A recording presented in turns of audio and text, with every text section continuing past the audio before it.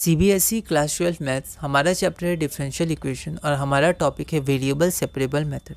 अगला क्वेश्चन है question number 28, find the general solution of the differential equation. ये हमारा डिफरेंशियल इक्वेशन है, इसका आपको जनरल सॉल्यूशन निकालना है। यह क्वेश्चन दिल्ली 2020 में 4 मार्क्स का आया था।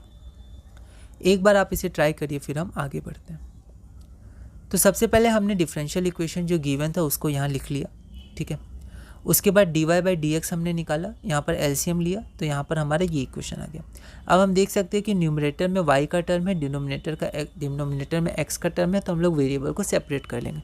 तो क्या होता है कि बहुत सारे इसमें एक दो मेथड हमें और पढ़ने हैं इसमें, ठीक है। जैसे होमोजीनियस इक्वेशन का मेथड, उसके बाद इंटीग्रेटिंग फैक्टर, लीनियर इक्वेशन जो आएगा, डिफरेंशियल इक्वेशन। तो जब हमें दिख जाए कि यहाँ पर वेरिएबल आसानी से सेपरेट हो सकते हैं तो हम समझ जाएंगे वेरिएबल सेपरेबल मेथड है। और हमें क्या करना है कि हमें प्रैक्टिस बहुत करनी है, तो हमें पता चल जाएगा यहाँ पर किसी तरह हम लोग वेरिएबल को सेपरेट कर सकते हैं। हो सकता है शुरू में ना दिखे, शुरू में लगे अरे ये तो वेरिएबल सेपरेबल नहीं है, ये तो होमोजीनियस का होगा या फिर इंटीग्रेटेड फैक्टर वाला क्वेश्चन होगा। पर थोड़ा सा लॉजिक लगा के हम देख पाएंगे कि अरे नहीं, ये तो वेरिएबल सेपरेबल का मेथड है। तो उसके लिए आपको प्रैक्टिस बहुत चाहिए, है ना। हो सके पहली बार आपको दिखे नहीं कि वेरिएबल सेपरेबल है या नहीं है, ठीक है।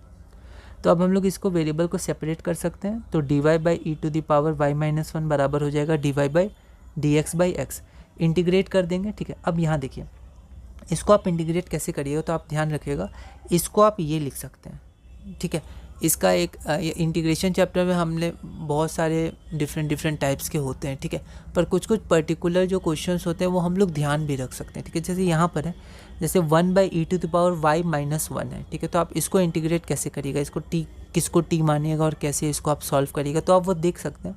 पर इसको अगर आप चाहें तो डायरेक्ट इसको ध्यान भी रख सकते हैं कि dy by E to the power y-1, इसको हम लोग लिख सकते हैं E to the power -y divided by 1 minus E to the power -y। इसको आप सॉल्व करिएगा ना तो यही आएगा 1 by E to the power y-1।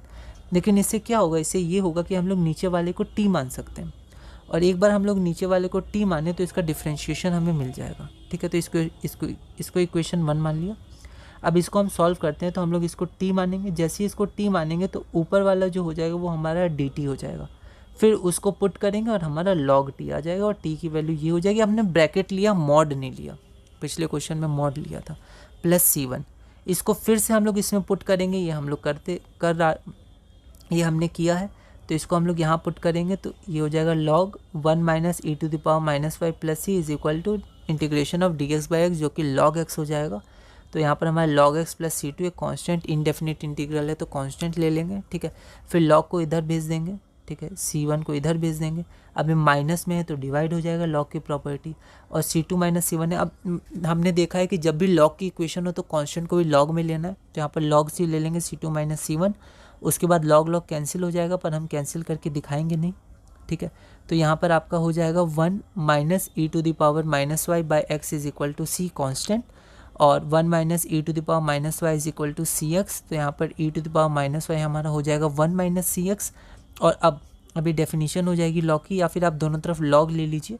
तो यहाँ पर log e base e to the power -y, तो -y बाहर आ जाएगा, पावर है, तो -y is equal to log 1 minus cx जो हमारा रिक्वायर्ड इक्वेशन है। और ये जनरल इक्वेशन है क्योंकि इसमें कांस्टेंट c आ रहा है, ठीक है। अगला क्वेश्चन है question number 29, find the particular solution of the differential equation. इसका पर्टिकुलर सॉल्यूशन निकालना है, मतलब इसमें कांस्टेंट c नहीं आना चाहिए।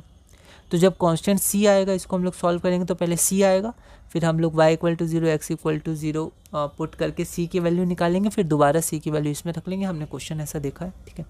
तो अगली वीडियो में हम क्वेश्चन नंबर 29 करेंगे और आगे बढ़ेंगे।